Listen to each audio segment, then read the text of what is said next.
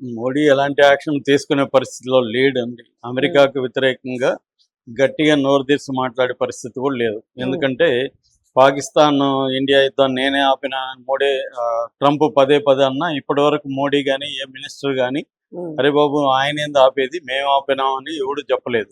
ఎందుకంటే అమెరికాని ఎదిరించే పరిస్థితి లేదు. కొంతవరకు అది వాస్తవమే కానీ మరీ మనం అణిగిమణిగి ఉండడం వల్ల కూడా ఉపయోగం ఏమి లేదు. అంటే ట్రంప్ ఎవడైనా నాకు అణిగిమణిగి ఉన్నాడు కదా వీళ్ళతో బాగుందామని వాడేమో అనుకోడు. సో ఎవరినైనా అతను తొక్కే పనే. అతను బెదిరింపుల ద్వారా అతని మెథడే ఇతరులను బెదిరించడం, అవమానంగా మాట్లాడడం, హేళన చేయడం, కించపరచడం, వాళ్ళని అటాక్ చేయడం, నేను నిన్ను అటాక్ చేయడం వల్ల నీకు కూడా మేలు జరిగిందని చెప్పడం. అదే అతని నేచర్. ఎందుకంటే వెనిజులాని అటాక్ చేయడం వల్ల వెనిజులాకి మేలు జరిగిందని లేటెస్ట్ గా కూడా చెప్పాడు. నిన్నే చెప్పాడు. అలాగే రేపు ఇరాన్ కూడా అటాక్ చేసి ఇరాన్ ఆయిల్ అంతా తను దొంగిలిస్తాడంట, దానివల్ల ఇరాన్ కూడా మంచిదే అని చెప్తున్నాడు అతను. అలాంటి అంటే ఎటువంటి విలువలు సిగ్గు శరము ఏమీ లేని వ్యక్తి అతను ట్రంప్. అలాంటి వాడిని నువ్వు లొంగిపోయినా ఇదే. కాబట్టి అప్పుడప్పుడు వెన్నెముక చూపించాల్సిన అవసరం ఉంది మోడీకి, కానీ మోడీ చూపించలేదు. దీనికి ప్రధాన కారణం అంబానీ అదానీలు. అంబానీ 28 లక్షల కోట్లతో అక్కడ ఆయిల్ వ్యాపారం మొదలు పెట్టాడు ఎక్కడ అమెరికాలో. అట్లాగే అదానీ అమెరికాలో కేసు ఉంది, ఈ మధ్యనే కొట్టేశారు. అట్లాగే అదానికి కూడా వివిధ దేశాల్లో వ్యాపారాలు ఉన్నాయి. కాబట్టి వీళ్ళిద్దరూ బాగుండాలంటే మోడీ అమెరికాకి తగ్గి ఉండాలి. ఇది బేసిక్ గా జరుగుతున్నది. లేకపోతే చిన్న చిన్న దేశాలు కూడా అమెరికాని ఎదురిస్తున్నాయి ఇవాళ. కెనడా లాంటి దేశాలు, బెల్జియం లాంటి దేశాలు కూడా గట్టిగా ఎదురిస్తున్నాయి, కొలంబియా ఇవన్నీ. ఇంత పెద్ద భారతదేశం మన మార్కెట్ వాళ్ళకి అవసరం. మన వాళ్ళు 54 లక్షల మంది ఇండియన్ అమెరికన్స్ ఉన్నారు అక్కడ. వీళ్ళ సేవలు వాళ్ళకి అవసరం. ఇంత డిపెండెన్సీ అమెరికా కూడా మనమే డిపెండ్ అయింది. ఇవన్నీ ఉన్నా కూడా మోడీ మాట్లాడే పరిస్థితి లేదు. ఈ నేపథ్యంలో ఇప్పుడు ఇండియన్ షిప్ మీదని అమెరికా అటాక్ చేసి బాంబులేసి ముగ్గురిని చంపింది. 21 మందిని సేవ్ చేయగలిగారు. మొత్తం 24 మంది ఉన్నారు షిప్ లో. అసలు ఈ షిప్ ఏంటి, అమెరికా ఎందుకు అటాక్ చేసింది, దాని తర్వాత ఇండియా రియాక్షన్ ఏంటి, దీని వెనకున్న కారణాలు ఏంటి అనేది మనం చూద్దాం. మామూలుగానే వరల్డ్ షిప్పింగ్ లో ఇండియన్స్ ఎక్కువ పనిచేస్తుంటారు. కార్మికులుగా షిప్ లో ఇంజనీర్లుగా ప్రపంచంలోనే ఎక్కువ ఉండేది ఇండియన్సే. అన్ని చోట్ల కూడా నెంబర్ 1 కంట్రీ ఏదంటే ఇండియన్సే ఎక్కువ పనిచేస్తుంటారు. అలాగే ఇప్పుడు అక్కడ దాదాపు ఈ స్ట్రైట్ ఆఫ్ హార్మూజ్ దగ్గర ఒక 200 షిప్పులు ఉన్నాయి. అందులో 2000 మంది కార్మికులు చిక్కుబడిపోయినారు. అందులో ఇండియన్స్ కూడా మెజారిటీ ఉన్నారు. ఇది కూడా అలాంటి షిప్పే అనమాట. దీని పేరు ఎంటీ సెట్టెబెల్లో అనే షిప్. ఇది పలావ్ జెండా, పలావ్ అనే కంట్రీ ఉంది, ఆ కంట్రీ జెండాతో ఉంది. వీళ్ళు గల్ఫ్ ఆఫ్ ఒమెన్ లో వెళ్తున్నారు. అక్కడ 3-4 రోజులుగా అక్కడే ఉండి కదిలింది అనమాట. కదిలి హార్మూజ్ జల అంటే మనకి హార్మూజ్ జలసంధి ఎలా ఉంటది అంటే ఒకవైపు ఏమో ఇరాన్ సముద్రం ఉంటది, ఇంకొక పక్క ఏమో ఒమన్ సముద్రం ఉంటది. ఈ గల్ఫ్ ఆఫ్ ఒమన్ అంటారు. అక్కడ నుంచి వెళ్ళాలి. మామూలుగా అయితే అమెరికా ఎవరైనా అటు వెళ్తూ ఉంటే అటాక్ చేయదు. ఎందుకంటే దానికి హార్మూజ్ జలసంధి నుంచి వెళ్లే వాళ్ళే కావాలి, వెళ్తూ ఉండాలి.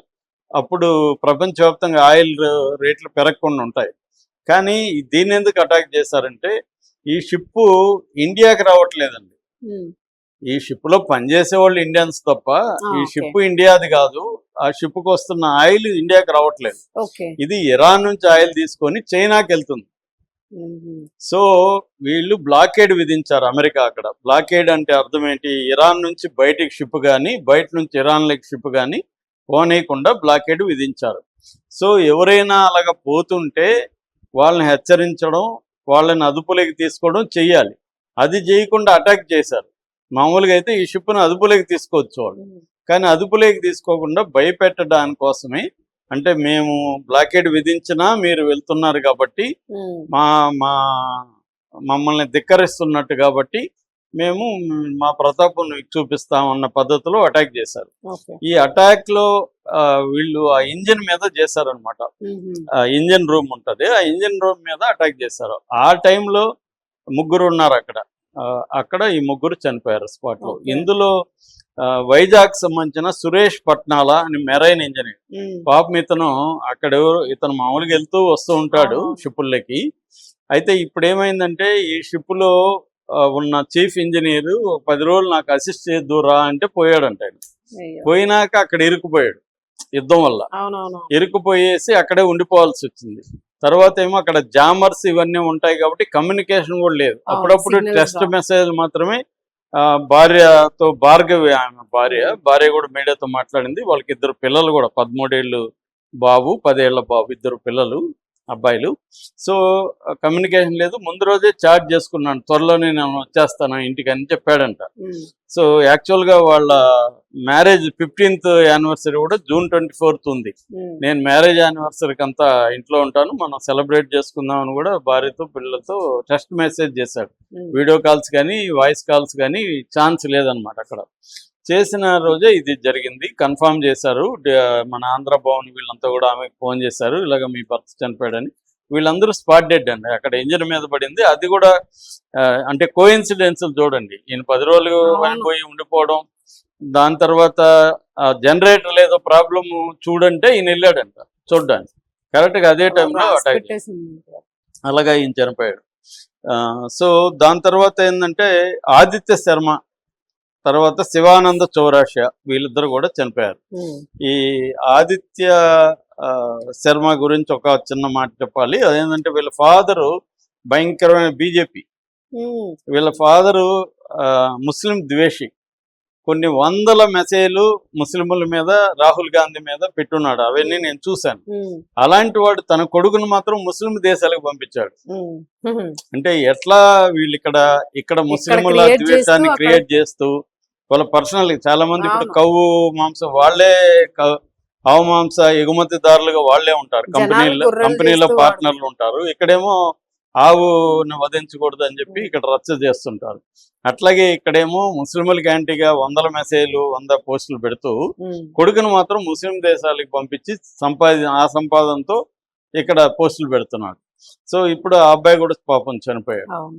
సో అది అట్లాగే శివానంద్ చౌరాసియా వీళ్ళు ముగ్గురు చనిపోయారు. దీనికి మోడీ గవర్నమెంట్ పెద్దగా గట్టిగా ఖండించే పరిస్థితి లేదు. ఓన్లీ తూతు మంత్రం అంటారు కదా, మామూలుగా డిప్లొమాటిక్ ఇది అంటారు. దాంతో ఇక్కడ ఢిల్లీలో ఉండే యుఎస్ డిప్లొమాట్ ఆయన పిలిపించి కన్సర్న్ తెలియజేశారు. అదే ఒక స్టేట్మెంట్ అంతే.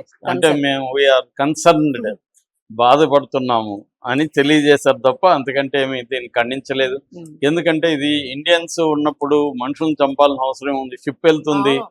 అది వాళ్ళ తప్పేముంది, వాళ్ళు పనిచేసేవాళ్ళు, వాళ్ళని చంపడం అనేది ఎలా కరెక్ట్? అవును. అంటే అమెరికా ఏ రకమైన యుద్ధ సూత్రాల్ని పాటించదు. పాటించట్లేదు.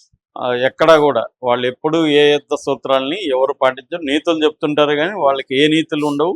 అవును. ఎవరినైనా చంపగలరు. పిల్లల్ని ఫస్ట్ రోజే 128 మంది పిల్లల్ని చంపిన వ్యక్తి ఘనత. ట్రంప్. అవును. అలాంటి వాడితో ఇంకా మాటలే ఉంటది, ఎవరైనా చేస్తారు. అవును. సో ఇండియా గట్టిగా ఖండించి ఉండాలి ఖచ్చితంగా, కానీ ఖండించాలి. వాళ్ళ షిప్ మన కోసం వచ్చి వెళ్తున్నప్పుడే ఖండించి ఉండాలి. అవును. అప్పుడు కూడా ఖండించలేదు. ఇప్పుడు కూడా అంతే. అదే ఇరాన్ చంపినప్పుడు ఖండించారు. ఒకసారి మీరు ఊహించుకోండి, ఈ ముగ్గురు అమెరికన్స్ అయ్యింది ఈ అయ్యో, ఇంకేం దాని మీద ఉండదు. ఇండియా చేసి అమెరికా వాళ్ళు ముగ్గురు చనిపోయి ఉంటే నా ఐదారు ఈ షిప్పులు పాటికి వేస్తూ ఉండేవి. పెద్ద ఎత్తున బాంబులు వేసి ఉండేవాళ్ళు, మన దీని మీద ఉమ్. అటాక్ చేసి సెల్ఫ్ డిఫెన్స్ అని చెప్పి ఉండేవాళ్ళు, అటాక్ చేసి ఉండేవాళ్ళు. అవును. పెద్ద ప్రపంచవ్యాప్తంగా గగ్గోలయ్యింది. అవును. కానీ వేరే వాళ్ళ ప్రాణాలు అమెరికన్స్ కి అసలు ప్రాణాలే కావు. అమెరికన్ ప్రాణాలు మాత్రమే ప్రాణాలు. ప్రాణాలు అన్నమాట. సో ఇండియా కూడా గట్టిగా ఖండించే పరిస్థితిలో లేదు. ఉమ్. ఆల్రెడీ సరెండర్ అయిపోయింది కాబట్టి అది ఎక్స్పెక్టెడ్ అన్నమాట. అవును. ఇంకా దానికి ఏదో అప్రమత్తంగా ఉండాలనే ఛాన్స్ కూడా లేదు అక్కడ. అక్కడ ఏం లేదు, అక్కడ ఎప్పుడన్నా ఏమన్నా జరగదు.